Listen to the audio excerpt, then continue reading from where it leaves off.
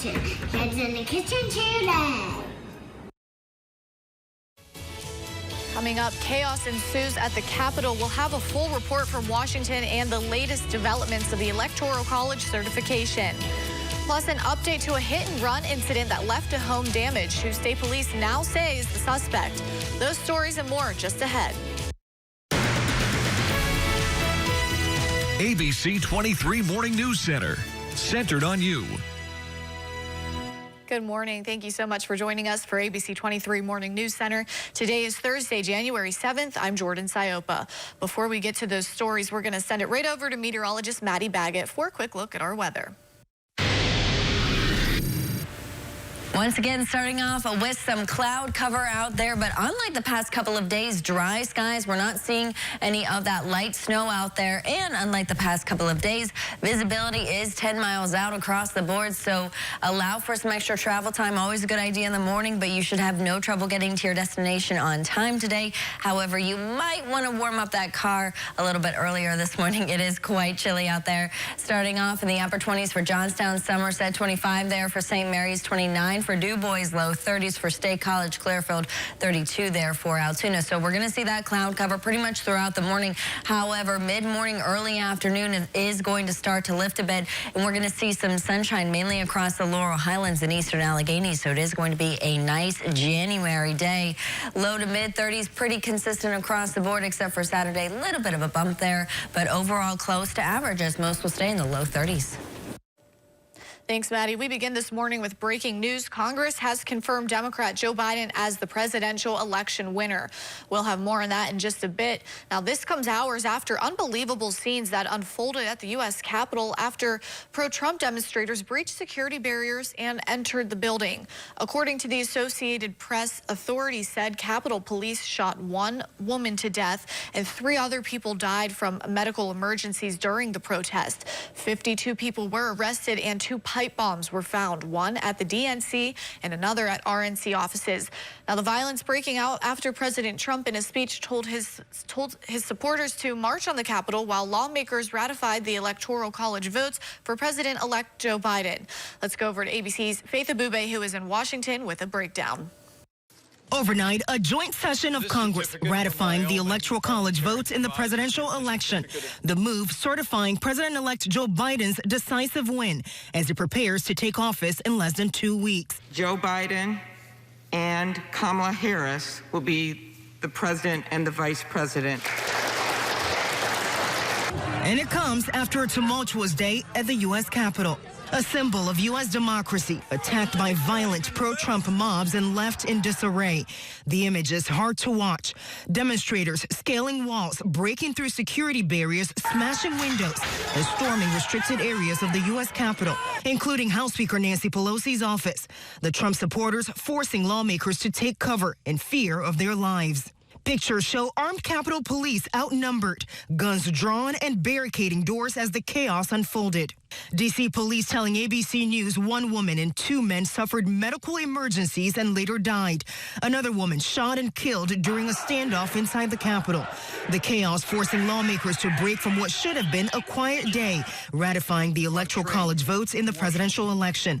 Instead, as the joint session of Congress convened, President Trump urging his supporters during a rally to head to the Capitol. You'll never take back our country with weakness. You have to show strength and you have to be strong. As the supporters breached the building, multiple sources tell ABC News Trump rejected calls to bring in the National Guard, only signing off after White House officials intervened for the sake of the country. 3 people inside the White House resigning over the violent display. And now some talk, according to ABC News sources, among cabinet members to remove Trump himself from office. Lawmakers from both sides of the political aisle, shaken but undeterred, returning to the chamber overnight to finish their work. And soon after Congress certified the results, President Trump released a statement saying he wasn't happy with the outcome, but there will be a smooth transition of power on January 20th. In Washington, Faith Abube, ABC News. And here's a closer look at that statement Faith just mentioned. The president says, quote, even though I totally disagree with the outcome of the election and the facts bear me out, nevertheless, there will be an orderly transition on January 20th. I have always said we would continue our fight to ensure that only legal votes were counted. While this represents the end of the greatest first term in presidential history, it's only the beginning of our fight to make America great again. And local Republican leaders responded to the incident at the Capitol yesterday. Congressman Fred Keller tweeted calling the violence shameful, completely unacceptable, and un-American. He went on to say this is not how a republic should operate, and the rioters must be fully prosecuted. And Congressman Glenn Thompson released a statement saying he is safe, but wrote, I unequivocally support the right to peacefully assemble, but what occurred at the U.S. Capitol was senseless, violent, and destructive, and counter to American values. Now, Governor Tom Wolf also released a statement saying that the actions of Republican leaders have led to violence. He went on to say, quote, it is past time for Republicans to stop lying and tell their supporters the truth. President Trump lost. The election was fair. President Trump received fewer votes. That's it. In local news, we are learning new details on the hit-and-run incident out of Clearfield County that left a home damaged. State Police released an update saying it was a white Chevrolet Silverado that hit the house on Hannah Street Monday night. They say the driver, 35-year-old Nathaniel Toner of Houtzdale, fled the scene. Troopers say the driver of the Walmart truck and trailer, along with surveillance video, helped them identify the vehicle. Police say they found the truck at Toner's residence and showed obvious damage. Charges will be filed. Logan Township police say they're investigating after a person was hit by a car yesterday. They say the crash happened at the intersection of North 4th Avenue and North 4th Street just before 7. Police say the person who was hit was taken to UPMC Altoona. There's no word on the extent of their injuries, and police say the investigation is ongoing. Still to come this morning, your latest state headlines and how a local man is supporting police officers in the area. Those stories and more just ahead. This news segment is sponsored by Memorial Highway Chevrolet. When will you switch? Welcome back. A Pennsylvania man is accused of throwing an improvised explosive device from a vehicle in a Pittsburgh neighborhood. No one was hurt in Sunday's incident, but authorities say Charles Baker now faces federal charges, including being a felon in possession of a destructive device. The Department of Justice says Baker surrendered to law enforcement late Tuesday. His lawyer says Baker is presumed innocent and plans to mount a vigorous defense. Charges against Baker carry a potential penalty of 10 years in prison and a $250,000 fine. In Harrisburg, more reaction to Tuesday's start of the new state Senate session, with one local Democratic lawmaker telling us it resembled a dictatorship. More now from Gary Sinderson. Tuesday was opening day for the new sessions of both the State House and Senate. Included were swearing-in ceremonies that usually are times of congratulations and celebrations. But in the Senate, it was chaos. The Senate President Pro Tem, Jay Corman, first decided not to swear in one senator who's the subject of an election lawsuit, and then Corman led fellow Republican senators in removing Lieutenant Governor John Fetterman, a Democrat, from his position as the Senate's presiding officer. Wednesday, a fellow Center County lawmaker from the State House taking aim at Corman and the Senate. We are so partisan, we are so divided that we are willing to subvert the will of the people. People who voted for an elected official has the President Pro Tem of the Senate throwing the Lieutenant Governor off the podium so he can subvert his will and find maybe a judge somewhere in the country that will give him what he wants. This isn't democracy. This is dictatorship. Corman said the Lieutenant Governor failed to follow the rules of the Senate and termed it a sad day for Pennsylvania. In Center County, Gary Sinderson, ABC 23. American Airlines says it will not serve alcohol on its flights to and from Washington, D.C. The airline made the announcement Wednesday. They say flight attendants have reported, quote, politically motivated aggression towards other passengers and crew. American Airlines also plans to increase staffing at airports in the D.C. area. It says the policy change is a precautionary measure. And someone could become very wealthy this weekend. No one won Wednesday night's Powerball drawing, leading to Saturday's jackpot jumping to at least $470 million. Officials say this jackpot could be the 10th largest prize in the game's history and the highest it's been since March of 2019. Now, back on Tuesday night, the Mega Millions lottery jackpot climbed to nearly $500 million after no one matched all the winning numbers. Nearly $1 billion is up for grabs between the two lottery jackpots.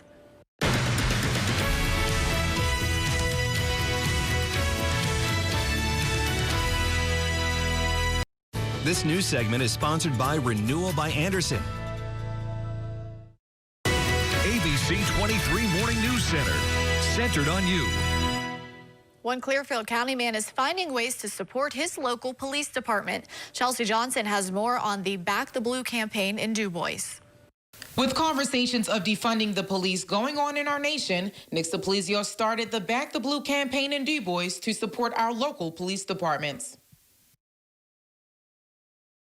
There was just a lot of the talk about defunding the police, and I didn't think for our area, I really thought that we were better than that, and I wanted people to know that we support our local police here. Nick Saplizio started the Back the Blue t-shirt campaign to raise money for both the Du Bois and Sandy Township police departments. He says Aaron Fairman, owner of Downtown Imprints, is making the shirts, and Chad Bernard with CVB Media came up with the design. We're just trying to pump out as many shirts as we can. It's actually extended until end of January right now. Since starting the campaign in December, he estimates they raised about $1,000 for each police department. The response from the police departments have been great. I know that the guys have been setting up things down at their offices to try to get some sales. On the other hand, a mixture of opinions from the public. We did get a little bit of pushback. Certain people would call and kind of say, I can't believe you would do something like that and whatnot. And it is what it is, and we're going to stand behind it and support our local police. Those who want to purchase a shirt or a hoodie can head to Downtown Imprints in Du Bois. Saplizio says they plan to run this campaign until the end of January. In Clearfield County, Chelsea Johnson, ABC 23. Thanks, Chelsea. Clearfield County commissioners say a planned power outage will affect downtown Clearfield both today and tomorrow. The outage will affect the courthouse, the annex, and other administration buildings from 8 to 10:30 a.m. both days. County offices in those buildings will not be opening until 11 a.m. The Department of Health's coronavirus dashboard showed 9,474 new cases in the state on Wednesday. And locally, Blair County reported 102 new cases yesterday. Somerset County had 88, Clearfield County had 87, Cambria had 79 new cases, and Center had 77. Huntington County had 44 new cases. Jefferson County had 41, Bedford had 30, Elk had 28, and Cameron had 9 new cases. The DOH also reported 368 more coronavirus-related deaths, with 32 of those coming from our area. Cambria County reported 9 new deaths. Blair and Somerset counties each had 5. Clearfield County had 4. Elk and Jefferson counties each reported 3. Huntington County had 2, and Center County had 1 additional death. The DOH also reported that 71% of the state's total cases are considered to be recovered. Students at the State College Area School District are heading back to the classroom next week. District Superintendent Bob O'Donnell says the decision to return to in-person classes was made based off of declining COVID-19 cases within the community. District officials reiterated the importance of following safety protocols as a key element to keeping the school open. O'Donnell made it clear that they've had communication with Mount Whitney Medical Center and will be prepared to act swiftly if an outbreak were to occur in the district. Obviously, we're concerned about the hospital's ability to provide emergency services to our community, at this time. It is a concern of ours. We know that the hospital does have the ability to provide emergency services and does have, obviously, capacity, and we'll continue our regular communications with them. And the Tyrone Area School District will return to a hybrid instructional model beginning January 11th. School officials say they currently have 5 staff members and 1 student with active COVID-19 infections. On the next All About Town. We're heading into the kitchen to make pizza muffins on this month's Kids in the Kitchen series. Plus, State College author Jody Moore is stepping into our spotlight to talk about her children's books. And we'll talk to a member of a local organization that works to fight drugs and violent crime in central Pennsylvania. Today at 12:30 p.m. on ABC 23.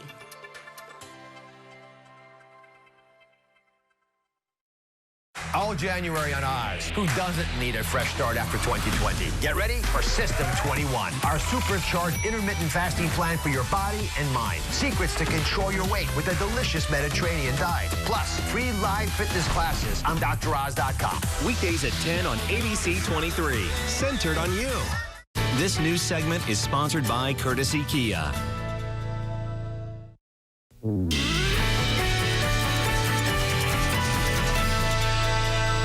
Good morning and welcome back. Once again, we're seeing that cloud cover out there, mostly cloudy start, but unlike the past couple of days, visibility is up and we're not seeing any of that light snow, so you should have no trouble getting to your destination on time today. Temperatures will once again make it to right around average, low to mid 30s.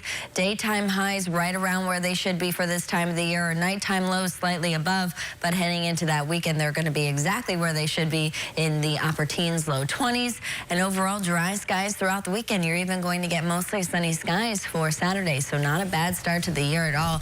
Here at home, we're starting off in the upper 20s, low to mid 30s, and that's what we're looking at close to home there. 32 for Pittsburgh, 33 for Williamsport, 35 for DC, 34 there for Charlotte. So once again, everyone is starting off in the low to mid 30s across the eastern seaboard there.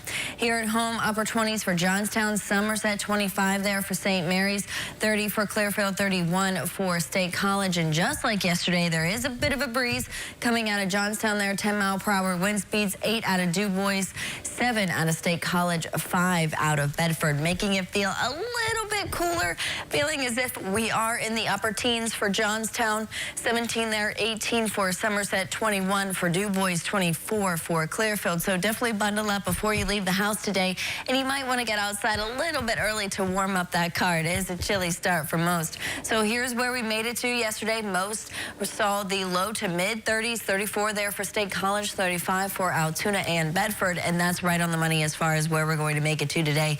Once again, pretty close to average. Our nighttime lows slightly above, but like I said, heading into that weekend, we'll be right around where we should be. Mostly cloudy skies throughout the morning there for most. However, mid-morning, early afternoon, that cloud cover is going to lift a bit across the Laurel Highlands, eastern Alleghenies. You're going to see some sunshine. Haven't seen our old friend Mr. Sun in a while, and that's what we'll see for your Friday as well. A little bit of cloud cover in the morning, but then we'll get some sunshine by mid-morning, early afternoon. So it's not going to be a bad start to your weekend, and we'll see mostly sunny skies for your Saturday. Temperatures remaining pretty consistent over the next couple of days, low to mid 30s. We're not going to see any precipitation up until Tuesday, where there is a slight chance for some snow showers, but highs right around average. Arizona's Grand Canyon may have met its match, and it's not even on this planet. NASA released this photo of a canyon on Mars, the largest canyon in our solar system. It stretches over 2,500 miles across the Martian equator and is 7 miles deep. According to NASA, if on Earth, this valley would span from New York to San Francisco. Scientists at the University of Arizona took it with a special camera called HiRISE, the most powerful camera to ever be sent to another planet. And good news, Discovery says Puppy Bowl 17 will still premiere on Discovery Plus and Animal Planet on February 7th. Team Ruff and Team Fluff will face off in the 3-hour event with a kitty halftime show. 70 puppies from 22 different shelters will participate in the game. All the animals featured are up for adoption, and Discovery says past games have had 100% adoption rates. ESPN's Monday Night Football play-by-play announcers will provide commentary and analysis. Our temperatures are going to remain pretty consistent over the next couple of days. Low to mid 30s, partly cloudy skies for your Thursday, Friday, seeing some mid-morning, early afternoon sunshine. And then we'll get mostly sunny skies for Saturday, upper 30s there, partly cloudy for Sunday, and a little bit cooler heading into early next week, but still pretty mild for this time of the year. Slight chance for some snow showers Tuesday, high 35, 36 for Wednesday, with mostly cloudy skies. Thanks for joining us. Have a great day.